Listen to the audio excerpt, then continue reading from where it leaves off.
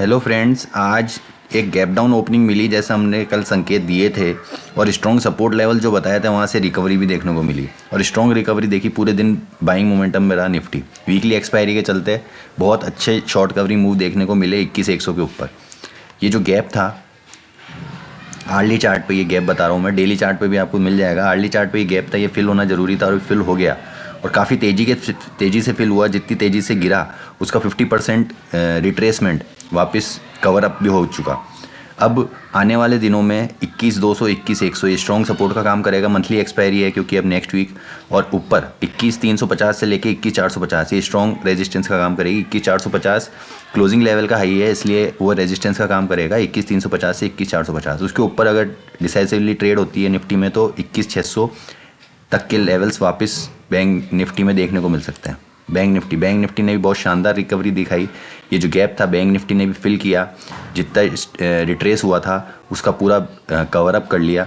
अब 47,500 जो हमारा बेस था वो इंटैक्ट है, बच चुका। वापस क्लोजिंग बेसिस पे उसने बचा लिया अपने आप को। 47,500 सपोर्ट का काम करेगा। ऊपर 48,000 48,250 ये स्ट्रॉन्ग रेजिस्टेंस का काम करेगा।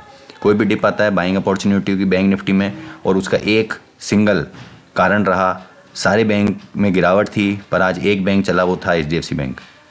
आगे विश्लेषण करेंगे उसका भी। Fin Nifty exactly Bank Nifty की तरह फिन निफ्टी ने भी ट्रेड किया। 21,000 के आसपास सपोर्ट लिया और ऊपर 21,300 के ऊपर क्लोजिंग दी।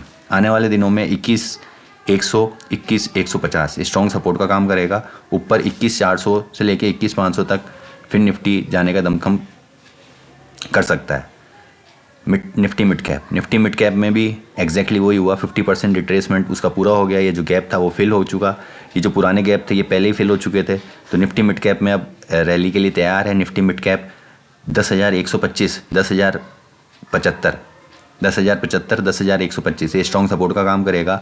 और ऊपर 10,200 के ऊपर निकलने पर 10,300 तक के लेवल निफ्टी मिड कैप में देखने को मिल सकते हैं। इंडिया विक्स की बात करेंगे। इंडिया विक्स कूल ऑफ हुआ। जो ये बाउंस आया था 15 तक, उसको कूल ऑफ मिला है, थोड़ा सा ठंडा हुआ है, उसके चलते हमने मार्केट में तेज़ी देखी।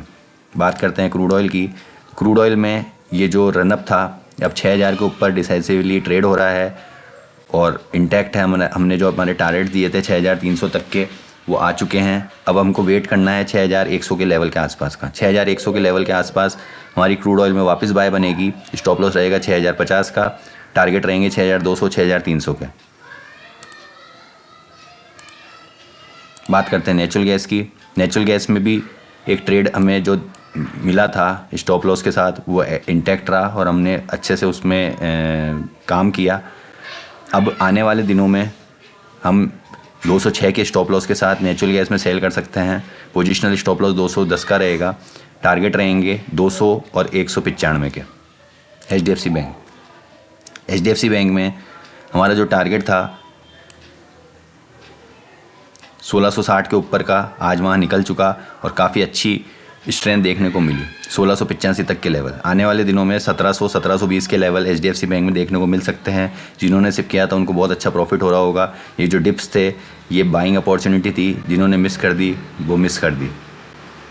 ट्रेन निकल चुकी है, अब आप उसमें कुछ नहीं कर सकते।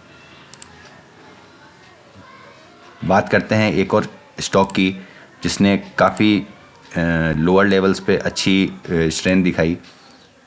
इन्फोसिस IT में चार्म है, IT में स्ट्रेंथ है। 1580 के लेवल से करेक्शन दिया, 1520 पे डबल बॉटम का पैटर्न बनाया और वापस से अब प्राइसिंग के लिए स्टार्ट है। डेली चार्ट्स पे देखते हैं। डेली चार्ट्स पे कोई वीकनेस नहीं है।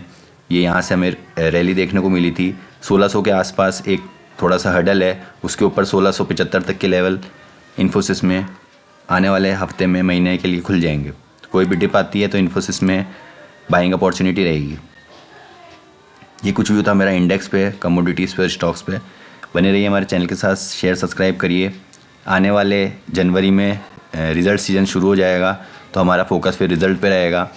एक्सपायरी व्यू के चलते काफ़ी स्टॉक्स में शॉर्ट कवरिंग देखने को मिलेगी, कहीं में लॉन्ग अनवाइंडिंग देखने को मिलेगी, तो उस पर आप नज़र रखिए।